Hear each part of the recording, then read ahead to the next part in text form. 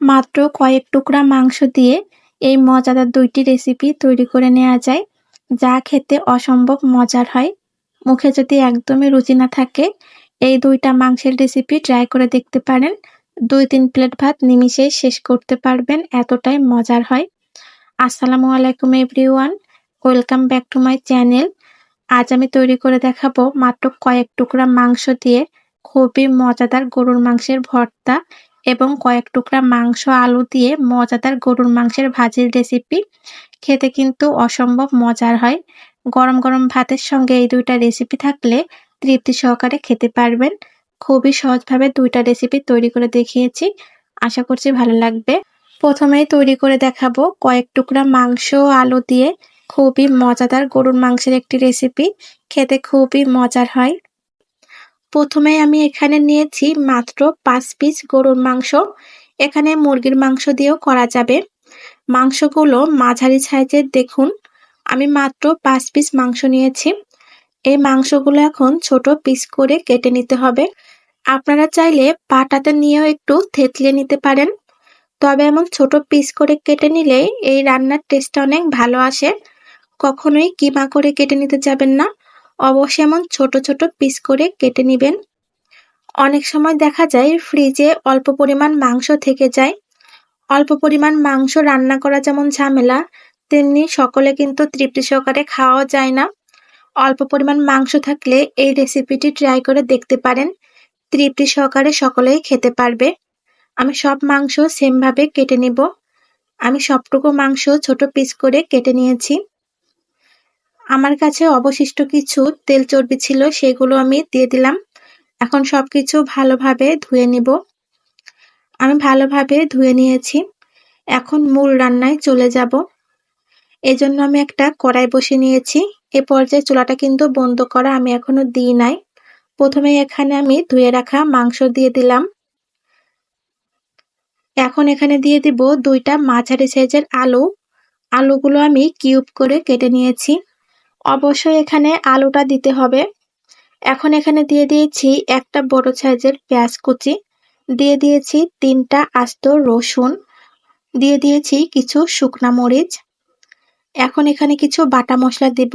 দিয়ে দিয়েছি ১ চা চামচ রসুন বাটা, ১ চা চামচ পরিমাণ আদা বাটা, স্বাদ মতো লবণ, ১ চা চামচ পরিমাণ হলুদের গুঁড়া,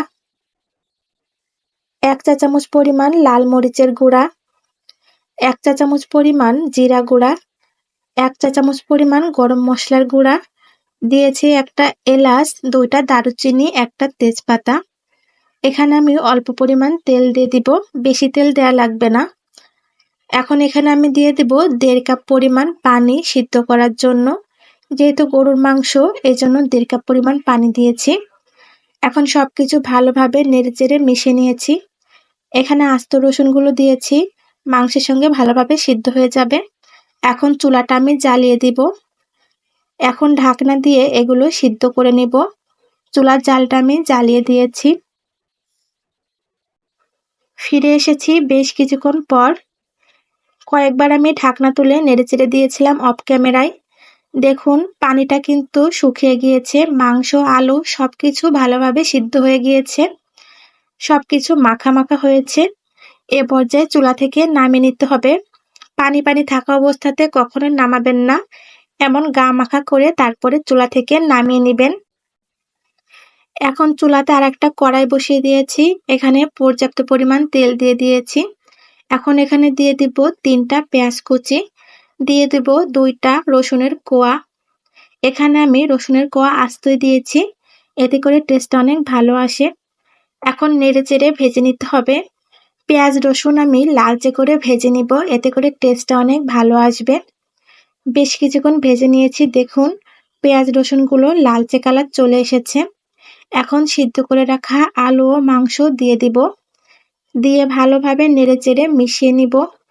অবশ্যই এ পর্যায়ে চুলার জালটা মিডিয়াম হিটে করে দিবেন, না হলে কিন্তু এই মশলাটা পুড়ে যেতে পারে। মিডিয়াম জালে মাংসগুলো ভেজে নিতে হবে। মাংসগুলো লালচে করে ভাজতে হবে। আমি চুলার জালটা মিডিয়াম হিটে রেখে অনবরত নেড়েচেড়ে মাংসগুলো ভেজে নিব।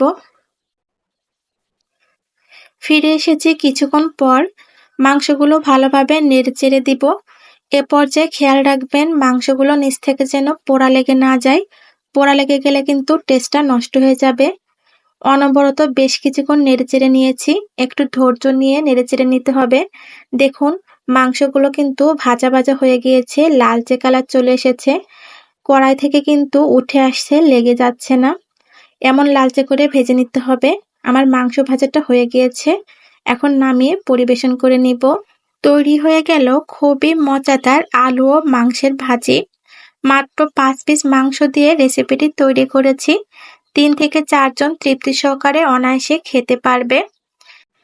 একবার হলেও এভাবে এই রেসিপিটি ট্রাই করে দেখবেন। আশা করছি সবার কাছে ভালো লাগবে। দেখুন রসুনটা কতটা সফট হয়ে গিয়েছে। এই রসুন, মাংস, আলু একসঙ্গে মেখে খেতে কিন্তু খুবই ভালো লাগে। গরম গরম ভাতের সঙ্গে এই রেসিপিটি খেতে অসম্ভব মজার হয়। দেখুন মাংসগুলো কিন্তু অনেক সফট হয়ে গিয়েছে। আলুগুলো পুরোপুরিভাবে সিদ্ধ হয়ে গিয়েছে। মুখে যদি একদমই রুচি না থাকে, এভাবে মাংসের ভাজিটি তৈরি করে নিবেন। খুব তৃপ্তি সহকারে খেতে পারবেন, এতটাই মজার হয়। এখন দ্বিতীয় রেসিপিটি তৈরি করে দেখাবো। মাত্র 2 টুকরা মাংস দিয়ে মজাদার গরুর মাংসের ভর্তা তৈরি করব। এই ভর্তা গরম গরম ভাতের সঙ্গে খেতে অসম্ভব মজার হয়। চলুন রেসিপিতে চলে যাই। এখানে আমি 2 টুকরা গরুর মাংস ছোট ছোট পিস করে কেটে নিয়েছি। আপনারা চাইলে একটু শিলপাটাতে থেতলেও নিতে পারেন। আমি ছুরি দিয়ে ছোট ছোট পিস করে নিয়েছি কিমার মতো করে। এখন এখানে দিয়ে দিব 4টা বড় সাইজের পেঁয়াজ কুচি, দিয়ে দিব 5টা দেশি রসুনের কোয়া, দিয়ে দিব কয়েকটা শুকনা মরিচ, দিয়ে দিব 4-5টা কাঁচা মরিচ। এখন দিয়ে দিব 1 চা চামচ আদা বাটা। আমার হাতের কাছে আস্ত আদা ছিল না, এজন্য বাটাটা ইউজ করেছি।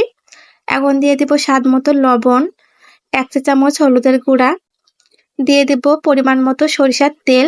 যেহেতু এখানে মাংসের ভর্তা তৈরি করছি, এজন্য সরিষার তেলটাই দিয়েছি।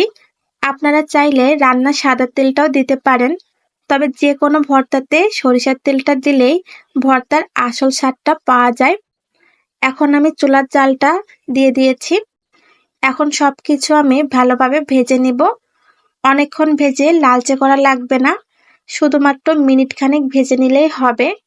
আমি 1.5 থেকে 2 মিনিটের মতো সবকিছু ভালোভাবে ভেজে নিব। 2 মিনিটের মতো সবকিছু ভালোভাবে ভেজে নিয়েছি। যেহেতু এখানে গরুর মাংস দিয়েছি, এজন্য একটু পানি দিয়ে ভালোভাবে সিদ্ধ করতে হবে। এজন্য এখানে আমি 1/2 কাপের একটু বেশি পানি দিয়েছি। এতে করে মাংসগুলো ভালোভাবে সিদ্ধ হয়ে যাবে। যেহেতু মাংসগুলো আমি ছোট ছোট করে কেটে নিয়েছি, সিদ্ধ হতে বেশি সময় লাগবে না। সবকিছু ভালোভাবে নেড়েচেড়ে মিশিয়ে নিয়েছি। এখন ঢাকনা দিয়ে ভালোভাবে সিদ্ধ করে নিব। ফিরে এসেছি বেশ কিছুক্ষণ পর। ভালোভাবে সবকিছু নেড়েচেড়ে দিব। এ পর্যায়ে মাংসগুলো ভালোভাবে কিন্তু সিদ্ধ হয়ে গিয়েছে। আমি এখন আর ঢাকনা ব্যবহার করব না। ঢাকনা ছাড়াই বেশ কিছুক্ষণ জাল করে এই পানিটা টানিয়ে নিব। আমি বেশ কিছুক্ষণ জাল করে পানিটা টানিয়ে নিয়েছি, দেখুন। এখন সবকিছু একটু লালচে করে ভেজে নিতে হবে। এখন এ পর্যায়ে দিয়ে দিব 1 চা চামচ জিরা। জিরা দিয়ে ভালোভাবে নেড়েচেড়ে ভেজে নিব। আপনারা চাইলে এখানে কালো জিরাটাও দিতে পারেন, তবে আমার কাছে জিরার ফ্লেভারটাই বেশি ভালো লাগে। সবকিছু ভালোভাবে দেখুন লালচে ভাজা হয়ে গিয়েছে। এখন আর বেশি ভাজবো না। এ পর্যায়ে চুলা থেকে নামিয়ে নিতে হবে। অতিরিক্ত ভেজে পুড়িয়ে ফেলা যাবে না, এমন লালচে হলে চুলা থেকে নামিয়ে নিতে হবে। আমি চুলা থেকে নামিয়ে নিয়েছি। আমি একটা শিলপাটাতে নিয়ে নিয়েছি ভালোভাবে ভর্তা তৈরি করার জন্য। আপনারা চাইলে ব্লেন্ডার জারে দিয়েও করতে পারেন, তবে যে কোনো ভর্তাই আমি শিলপাটাতে তৈরি করতে পছন্দ করি। শিলপাটাতে ভর্তা তৈরি করলে এর টেস্টটা অনেক ভালো আসে। আপনারা চাইলে ব্লেন্ডারে ইউজ করতে পারেন, কোনো সমস্যা নাই। সবকিছু এখন আমি ভালোভাবে বেটে নিব। এমন নিত্য নতুন রেসিপি পেতে আমার চ্যানেলটি সাবস্ক্রাইব করে রাখতে পারেন। যারা ফেসবুক পেজ থেকে দেখছেন, পেজটি ফলো দিয়ে রাখবেন। এতে নিত্য নতুন রেসিপি আপলোড দিলে আপনাদের কাছে পৌঁছে যাবে। সবকিছু আমি ভালোভাবে বেটে নিয়েছি। যে কোনো ভর্তায় পুরোপুরি মিহি না করে একটু আঁশ রাখলে খেতে ভালো লাগে। এখানে আমি মাংসের ভর্তাটা পুরোপুরি একদম মিহি করব না, একটু আঁশ রেখেই করব। ভর্তাটা ভালোভাবে বেটে নেওয়া হয়ে গিয়েছে। এখন সবকিছু আমি এক জায়গাতে করে নিচ্ছি। এখন এখানে দিয়ে দেব সরিষার তেল। এভাবে সবশেষে সরিষার তেলটা দিলে ভর্তার মধ্যে সরিষার তেলের স্ট্রং ফ্লেভারটা পাওয়া যায়, টেস্টটা আর অনেক ভালো আসে। সরিষার তেল দিয়ে আমি ভালোভাবে মেখে নিচ্ছি। ভালোভাবে মেখে নেওয়া হয়ে গিয়েছে। দেখুন, মাংসের ভর্তাটা তৈরি করা কমপ্লিট। পরিবেশন করে নিব। এদিকে আমি পাটাতে ভাত নিয়ে বসে পড়েছি। আর দেরি সহ্য হয় নাই। এই ভর্তাটা এতটাই মজার, আর এভাবে পাটাতে ভাত মেখে খেতেও কিন্তু অসম্ভব ভালো লাগে। যে কোনো ভর্তা তৈরি করার পরে পাটাতে যে ভর্তাটা লেগে থাকে, সেই ভর্তার সঙ্গে গরম ভাত এভাবে মাখিয়ে খেতে খুব মজা লাগে। কারা কারা এভাবে পাটাতে ভাত মাখা খান অবশ্যই কমেন্টে জানাবেন। আমার তো খেতে অসম্ভব ভালো লাগে। আর ভর্তাটা এতটার মজা, আর দেরি সহ্য হলো না আমার। তৈরি হয়ে গেল খুবই মজাদার গরুর মাংসের ভর্তা। একবার হলেও এই গরুর মাংসের ভর্তাটি ট্রাই করবেন। আশা করছি এর স্বাদটা কখনো ভুলতেই পারবেন না। আজকের মতো এ পর্যন্তই। আবারও হাজির হব নিত্য নতুন রেসিপি নিয়ে। সবাই ভালো থাকবেন, সুস্থ থাকবেন। আল্লাহ হাফেজ।